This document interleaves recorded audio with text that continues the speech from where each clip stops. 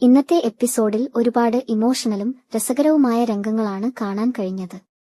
അലീനയെ കാണണമെന്ന് പറഞ്ഞ് ശരണ്യ വീട്ടിൽ വലിയ സമരം തന്നെയായിരുന്നു നടത്തിയത്. ഭക്ഷണം പോലും കഴിക്കാതെ ഇരുന്ന ശരണ്യയെ കണ്ടപ്പോൾ വീട്ടുകാർക്കും ആശങ്കയായി.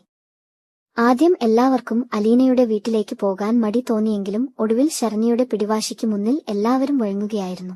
അലീനയ്ക്ക് ഇപ്പോഴും പനി പൂർണ്ണമായി മാറിയിട്ടില്ലെങ്കിലും ശരണ്യയെ കാണാൻ വരാമെന്ന് പറഞ്ഞത് അവൾക്ക് വലിയ സന്തോഷമായി. വീട്ടിൽ നടന്ന ഫോൺ സംഭാഷണങ്ങൾ മുഴുവൻ വളരെ രസകരമായിരുന്നു. കിരീടം വെക്കാത്ത രാജകുമാരി എന്ന് പറഞ്ഞുള്ള ശരണ്യയുടെ ഡയലോഗുകളും എല്ലാവരെയും ചിരിപ്പിച്ചു. അതേസമയം മാമച്ചൻ ഒളിച്ചിരിച്ച് മൊബൈലിൽ സമയം കളയുന്ന രംഗങ്ങൾ വീട്ടിൽ വലിയ കോമഡി സീനുകൾക്ക് വഴിവെച്ചു.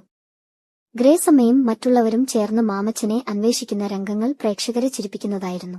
ഇതിനുശേഷം ശരണ്യയും അമ്മയും ഷാജിയും ചേർന്ന് അലീനയുടെ വീട്ടിലേക്ക് പോകുന്നു. ആദ്യം വലിയ വീട്ടിലേക്ക് കയറാൻ എല്ലാവർക്കും ഒരു മടിയുണ്ടായിരുന്നെങ്കിലും ഒടുവിൽ അവർ അകത്തേക്ക് കടക്കുകയായിരുന്നു. അവിടെ എത്തിയപ്പോൾ രോഹിത്തും വീട്ടുകാരും അവരെ സ്നേഹത്തോടെ സ്വീകരിക്കുന്നതാണ് കാണിച്ചത്. ശരണ്യയെ കണ്ടപ്പോൾ അലീനക്കും വലിയ സന്തോഷമായി.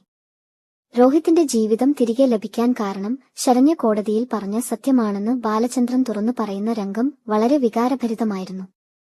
ശരണ്യയുടെ നല്ല മനസ്സാണ് രോഹിത്തിനെ വീണ്ടും ജീവിതത്തിലേക്ക് കൊണ്ടുവന്നതെന്ന് എല്ലാവരും മനസ്സിലാക്കുന്ന നിമിഷം കൂടിയായിരുന്നു അത്.